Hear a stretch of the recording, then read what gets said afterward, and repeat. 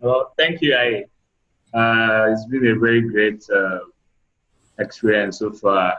Thank you very much, Usman, for your share. So basically, I've been in a couple of international, let's say, groups where I got to understand more about people and the different dynamics. But I think the major thing that I've learned so far is that um, when we say that people are different, it takes a lot of time to understand how different people really are. But one thing that I've realized is that people are so different that you can never assume that someone understands something the same way you understand it. And so it really takes a lot of effort to truly empathize and actually put yourself in the shoes of someone else. It really needs you to, look at the person and really like connect with the person. This has been my major lesson, like so far in all the different experiences I've been. Thank you very much. Thank you, Papaka. I remember when you and I connected, I was on guru.com looking for a tech guru, and you reached out and connected with me. And I'm thinking, what's going on here? Here I'm in Silicon Valley, and here's a guy from Nigeria who's reaching out to help us with our website. That was very cool. It was a great example. Thank you. Yeah. I want to share. Let's see, what am I doing here? Okay. I want to share next. Just recently, I've been involved with the service-based community with many people from all kinds of backgrounds all over the world. And Nipun Mehta, who heads that community, encouraged me and encouraged Charles Gibbs to start an interfaith wisdom circle. And and some of you have also been involved in that. And Charles Gibbs was one of the founders of URI, a United Religions Initiative, which just has people from all over the world, all different kinds of backgrounds, the world's largest interfaith organization. So I thought, great. And as we started gathering people and having meetings, my concept was I am kind of strongly connected with my own faith background, and Charles is a Christian, I as a Jew, he is a Christian, different people as Muslims and Hindus and so on, that we would talk from that vantage point. And at a certain point, both Charles and Nipun tapped me on the shoulder and say, Arye, do you realize that most of the people we're talking to are not strongly connected to the background that they were born in?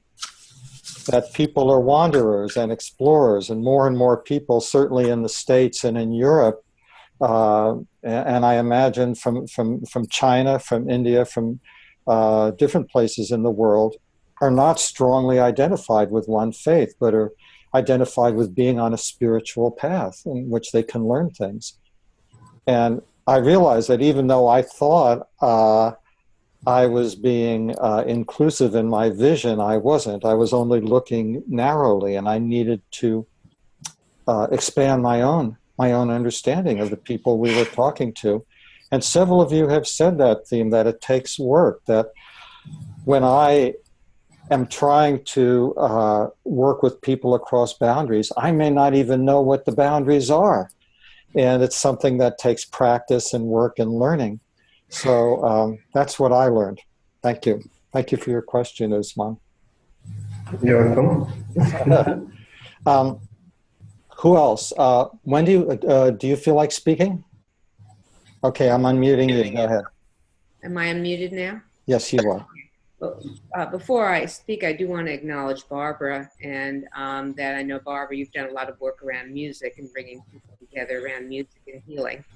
So I do want to acknowledge you for that. Well, when I was working as a nurse practitioner, I had a specialty area in the area of in neurology of people who were having headaches and face pain. So I had to, part of what I did was I brought together groups of people who were really struggling with their medical problem with the headache. And what I found is that people really appreciated hearing other people's stories, and people learn from each other in terms of what's worked, what's not worked, and in an area that, especially in the medical environment, that people can feel so voiceless and vulnerable, that they could come together and be really there to support each other. And so I learned as a medical professional that I didn't have all the answers, but that, and also I learned as well from everybody, myself having chronic headache, that how powerful it is for people to tell their stories so that we can actually help heal each other. And that's a very powerful modality. Thank you, Wendy. Dinesh, if you would like to take a couple of minutes to share your answer to the question, I've just unmuted you. Okay, can you hear me? Yes, can hear you well. Yeah. Right, so I think I can relate to the experience of last year. Here in South San Jose, there is a community, it's a senior community. People over 55 generally live there, even though their spouses could be younger, but most of the people are generally in that range. And in this community, there are people from many different ethnicities. And they have a German club, and they have an Italian club, and they have a Mexican club, and they have an Indian club, and all kinds of clubs. And so we created a global village club. And interestingly, we found that out of about 4,000 people who live in that community, most of them are interested in belonging to a certain ethnic club. But there were roughly about, maybe about 60 people who were attracted, who were interested in learning about other cultures, people from other ethnic groups, and celebrating it together. So we did have one celebration in which it was a holy function, and I think Arya, you attended, you and Wendy were there, and you guys really added to that with your music and guitar and singing. And that club has now completed almost a year. And what we are finding is that even simple things like faith and love and compassion, people have different take on that. And people who are curious, they are continue to show up. Typically, we meet once a month or twice a month, and for dialogue session, and in which people would share their ideas. And the community is getting deeper and deeper, and people are connecting more, and storytelling and dialogue is generally what takes place. What I learned is that there are perhaps a very small percentage of people who are curious about other cultures and other things. Majority of the people, I would say almost 99.9% people are not interested in that. And that was a little bit of a surprise to me, because I thought, my assumption was that a lot more people are more curious about other cultures and other things in other places. But in any case, what we found that the people who are curious, they are given them, if they get an opportunity to connect with each other and share, then it becomes a very strong community. So that was our learning and experience. Yeah. Thank you for opportunity to share this. I'm sorry I was not able to, I had some difficulty in joining earlier. Thank you. Thank you, Dinesh. I also find myself surprised. I assume everybody's going to want to have these kinds of conversations, and I learn that most people don't.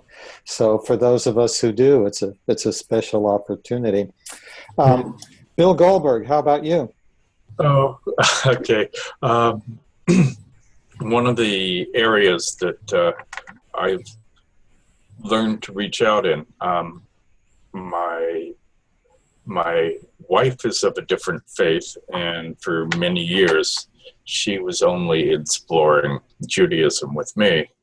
But we, in more recent time, been reaching out with the liberal Christian folks and connected up with, because of the work I was doing with the county as a benefits counselor, working with people with mental illness, learned to reach out to a number of other communities and efforts and people of faith tradition. A very interesting thing here on the San Francisco Peninsula is an effort working with children ages 7 through 13 called Peace Village. This is something that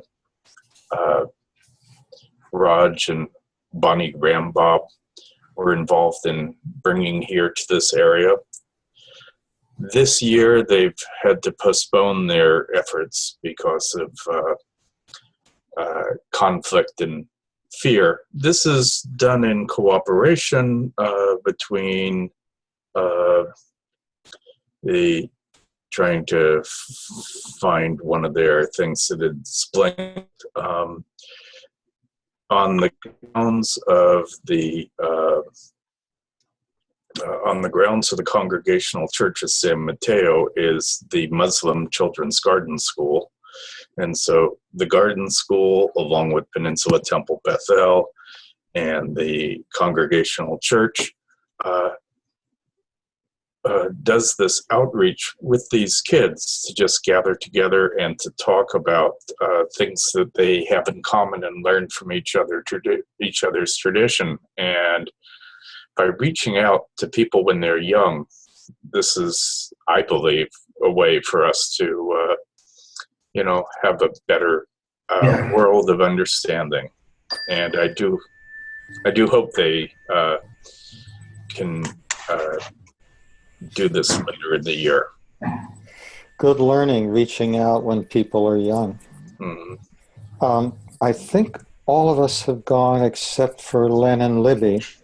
Would you like to, I mean, you've been doing this now, it seems like all your lives, but maybe you can give us each, an example of something you learned in the work that you do.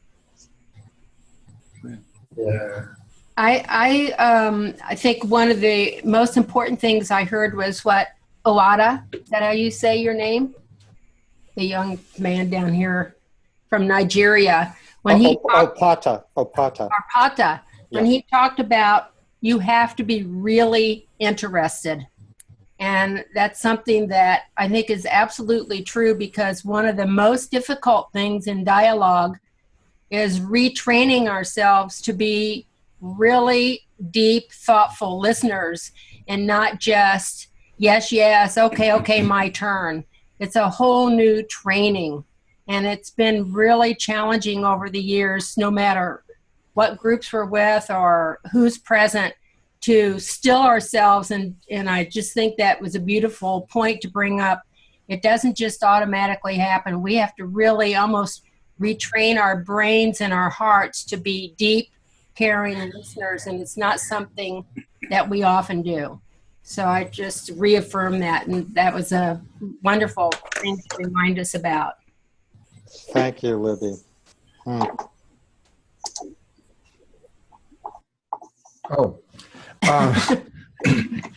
I just second the suggestion that we not get preoccupied with people's faith traditions. That one of the things that I've learned from Ofu in watching the way he brings tribal people together is that the animists do just as well as the Christians and Muslims when they're brought together like a person of Ofu's quality in a safe place.